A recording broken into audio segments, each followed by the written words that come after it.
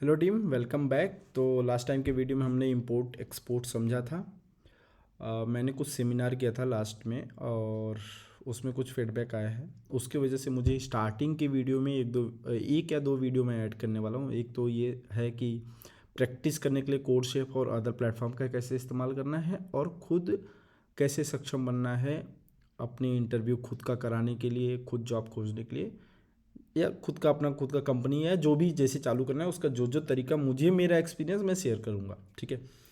और तीसरी चीज़ ये हो गई कि वीडियो में डिले होने का रीज़न ये है कि मैं थोड़ा बीमार हो गया था, तो उसके लिए सॉरी। थोड़ा क्या ज़्यादा हो गया था, टॉन्सिल थोड़ा बढ़ गया था तो बोल नहीं पा रहा था। चलिए, इम्पोर्टेबल एक्सपोर्टेबल समझ लिया। इम्पोर्टेबल एक्सपोर्टेबल में भी कुछ कमेंट्स आए हैं जिसमें इश्यूज हैं, उनको फेस हो रहा है। तो उनको कैसा है वो फोल्डर स्ट्रक्चर, आप जिनको जिनको आया है, जो ये वीडियो अगली वीडियो देख रहे हैं, वो अपने पिछले वीडियो में जाके कमेंट में फोल्डर स्ट्रक्चर सेंड करिएगा तो मैं हेल्प कर पाऊँगा। ठीक है। आते हैं क्लोज़र पे। क्लोज़र क्या होता है? क्लोज़र एक ऐसा टॉपिक है जो पूरी तरह से एनॉनमस फंक्शन पे घूमता है। एनॉनमस फंक्शन मतलब आपको पता था, वो फंक्शन जिसको दोबारा ना बुलाया जा सके। क्यों नहीं बुला सकते? क्योंकि उसका नाम ही नहीं है। जब उसका नाम नहीं तो दोबारा बुलाओगे कैसे उसको? एक बार बनाया, इस्तेमाल किया, ख़त्म, बात कहानी ख़त्म। क्यों? क्योंकि उसका नाम रखा ही नहीं तो बुलाओगे कैसे? ठीक है, ये होगी बात। अब आते हैं क्लोजर फंक्शन का कोड। कोड से ज़्यादा अच्छे से समझ में आएगा। पहले तो हम क्या करेंगे, स्टार्ट करेंगे एक runner builder. Okay, control C कर लेते हैं। स्क्रीन क्लियर कर लिया, ठीक है। और हम इसको कर देते हैं changes, Discord all changes, delete file जो भी क्रिएट हो गई है। आते हैं यहाँ पे, हमें बनाना है क्लोज़र। ये रहा क्लोज़र। क्लोज़र का टैम्प बना लिया था। मूव टू ट्रैश कर दे। हमें टैम्प की क्या ज़रूरत है, लास्ट में वैसे भी करना ही रहता है। यहाँ पे एक फ़ाइल बनानी सिंपल सी, मेन डॉट गो। अब देखिए, मेरा जो फाइल बन रहा है मेन डॉट गो क्लोज़र, किसी ने गलती से जाकर टैम्प के अंदर बना दिया तो वो सही नहीं है, ध्यान रखिएगा। सॉरी। पैकेज मेन लेने का कारण क्या है? क्योंकि अपने को कोड एग्जीक्यूटेबल बनाना है। ठीक है। कोड एग्जीक्यूटेबल ना बनाना होता तो हम पैकेज मेन नहीं लेने की जगह कुछ भी ले लेते हैं, नॉन मेन। ठीक है। फंक मेन ले लेते हैं। फंक मेन ले लिया हमने। लास्ट में हमको चैट जीपीटी भी इंक्लूड करना है, एक अच्छी चीज़ आई है। लेकिन अभी इंक्लूड कर देंगे तो वो सारा कोड लिखने लगेगा तो आप फिर सीखोगे क्या? ठीक है। ये ऐड करके एक फंक्शन बना दिया जो मैंने डिक्लेयर कर दिया एक को वेरिएबल, जिसका इनिशियल वैल्यू मैंने अभी के लिए 5 ले लिया, बाद में मैं चेंज कर दूंगा अपनी इच्छा अनुसार। रिटर्न कर दिया आई को। एरर देगा क्योंकि बोलेगा कि भाई क्यों रिटर्न कर रहे हो, जबकि ये रिटर्न करने के लिए कुछ बना ही नहीं है। ये देखो, या देखो, रिटर्न वैल्यू हैव मतलब है इस वक्त इंटीजर, और चाहिए क्या? कुछ नहीं। तो यहाँ पे इंटीजर डालना भूल गए थे, इस वजह से है। ठीक है, ठीक है। एरर को समझने की भी चीज़ें आनी चाहिए। अब यहाँ पे मैं ऐड को कॉल कर लूँ, रिज़ल्ट ले लिया। रिज़ल्ट में मैंने ऐड को कॉल कर लिया। ठीक है। अब fmt.println, उसमें मैं डाल दूँ,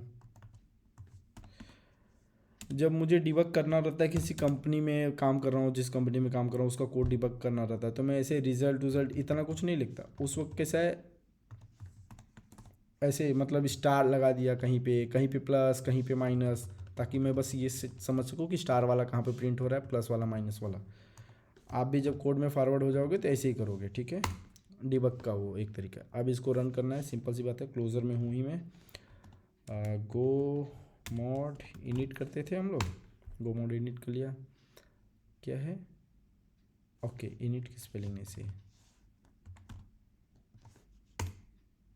फिर गो मोड टाइडी, गो मोड टाइडी कर लिया। अभी फ्रेश चला दिया, चलने लगा, रिज़ल्ट आ गया 5। अच्छी बात है। क्लोज़र फंक्शन में एनोनिमस का काम होता है। ठीक है, एनोनिमस को बुलाया जाता है। तो अब ये जो ऐड फंक्शन है, ये इस वक्त एक इंटीजर रिटर्न कर रहा है।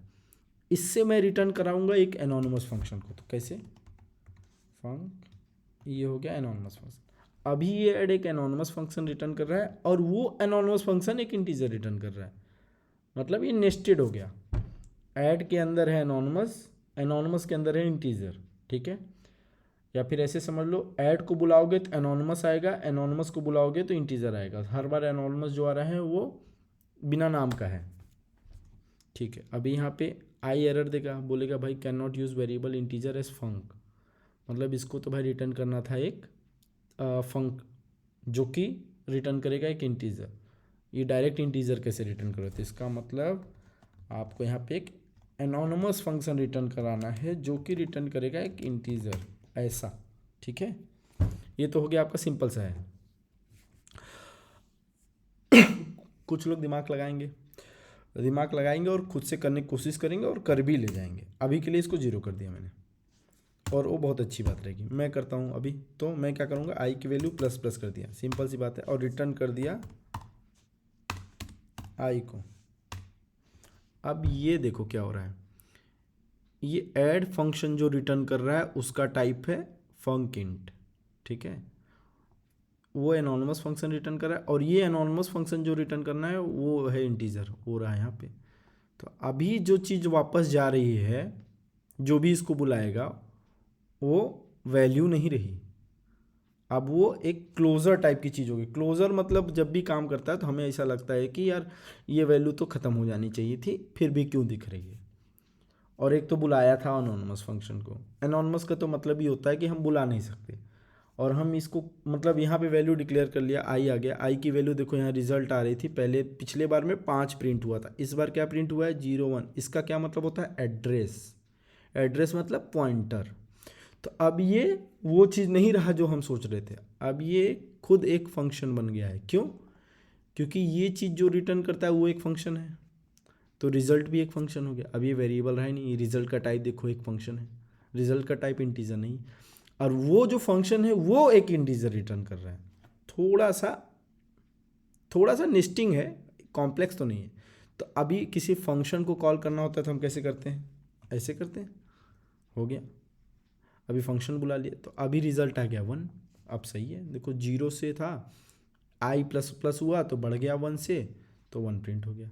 अब खास बात क्या होने वाली है, मैं दोबारा इसी लाइन को प्रिंट करने जा रहा हूँ, सेम टू सेम लाइन को। क्या होना चाहिए था आपके हिसाब से, बताइए आप लोग। ये फ्रेश चल रहा है, इसको कुछ देर के लिए बंद कर देता हूँ।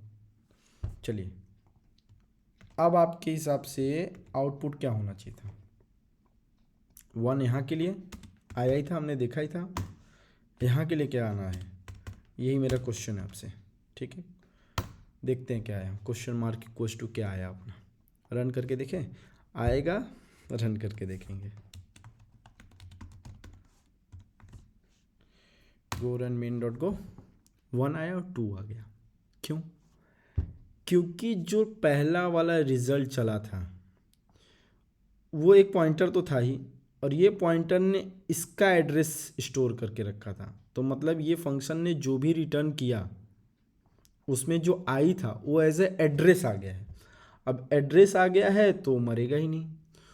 मरेगा नहीं का मतलब क्या है, मरेगा नहीं का मतलब ये है कि जहाँ पे वो मेमोरी स्टोर है उसका रिसोर्स फ्री नहीं होगा, रिसोर्स एलोकेटेड ही रहेगा, वो रिसोर्स वहीं पे है। मतलब आपने अलमारी में 4 खाँचे बनाए, 4 खाँचे में एक खाँचे में आपने पॉइंटर वेरिएबल अगर डाल दिया, तो जब तक वो पॉइंटर वेरिएबल जिंदा है उसके अंदर की सारी चीज़ों को मजबूरन जिंदा रहना पड़ेगा, ठीक है। तो फ्री नहीं होने का मतलब ये है कि अगर 4 खाँचे हैं, 4 में से एक आपने इस्तेमाल कर रखा है, तो फ्री होने का मतलब ये है कि उसको खाली कर दिया, वो दोबारा इस्तेमाल होने के लिए रेडी है। तो ऐसा नहीं है, मतलब ऐसा ही होता है फ्री होने का मतलब। तो यहाँ पे फ्री, ये आई की वैल्यू जो लास्ट टाइम की थी वो फ्री नहीं हो पाई। क्यों नहीं फ्री हो पाई? क्योंकि वो रिटर्न हुआ एज अ फंक्शन, और function as a pointer return होता है, तो वहाँ पे इसका खेला हो गया। तो अगर मैं यही सब बार बार करता चलूँ, तो इसको अगर दोबारा से प्रिंट कर दूँ, तो यहाँ पे हो गया था अपना 2, यहाँ पे हो जाएगा अपना 3, यहाँ पे हो जाएगा अपना 4।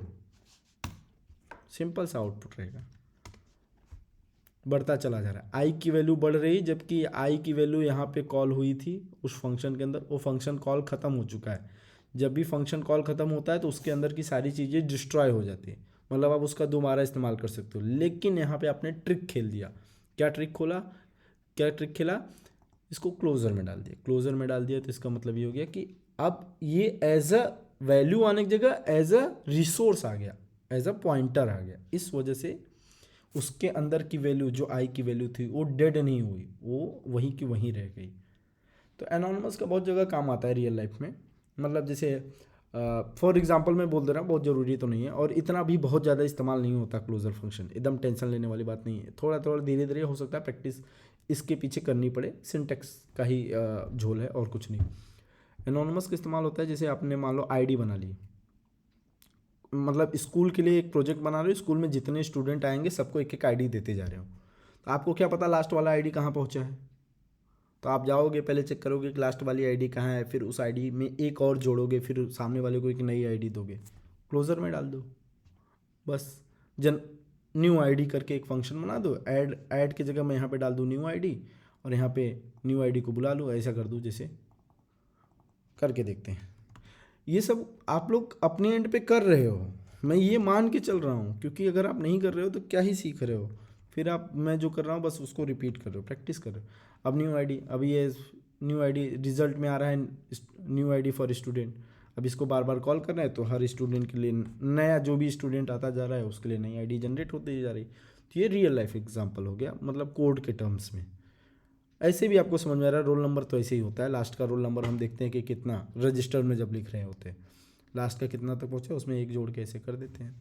तो एनोनिमस का काम है, इस्तेमाल है, बहुत ज़्यादा नहीं है, बहुत डिफिकल्ट नहीं है। और अगर समझना है तो एकदम आसान शब्दों में समझो कि ये जो फंक्शन है वो एनोनिमस फंक्शन को रिटर्न कर दिया, एक फंक्शन ने एनोनिमस को रिटर्न कर दिया, खुद एक फंक्शन को ही। और वो क्योंकि एक फंक्शन था वो एज अ पॉइंटर आ गया। अब पॉइंटर आ गया इस वजह से वहाँ पे जितनी भी वैल्यूज़ डिक्लेयर हुई थी वो डिलीट नहीं हुई।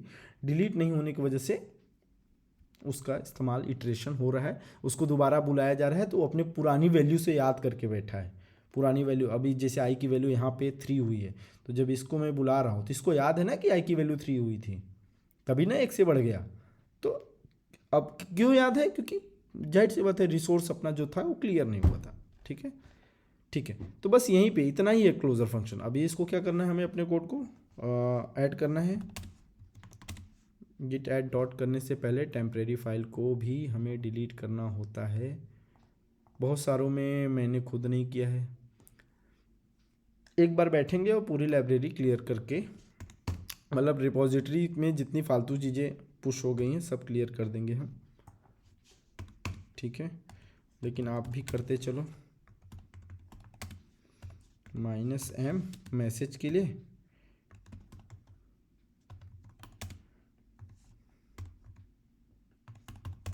क्लोजर फंक्शन हमने कर लिया। गेट ओ मेन में मैंने कोड कर दिया है, ये भी गलत है। Git checkout -b closure, closure में स्विच किया, क्लोजर में ही पुश करूँगा। ओरिजिन क्लोजर में ही मैंने पुश किया। अब अपनी गिट की रिपोजिटरी देखूँगा, इधर से पुश हो गया, नया ब्रांच भी क्रिएट हो गया। गिट रिपोजिटरी अगर मैं ओपन करूँ, ये रहा मेरा git repository. Compare create pull request, थोड़ा सा लैपटॉप डिस्चार्ज है, अगले वीडियो तक मैं चार्ज में लगा दूंगा। क्रिएट पुल रिक्वेस्ट आया, मर्ज किया, कंफर्म मर्ज किया, मर्ज हो गया। इधर से आ जाऊँ मैं मेन ब्रांच में वापस, ये आ गया मैं मेन में, और पुल ले लूँ। पहले तो बाहर आ जाऊँ,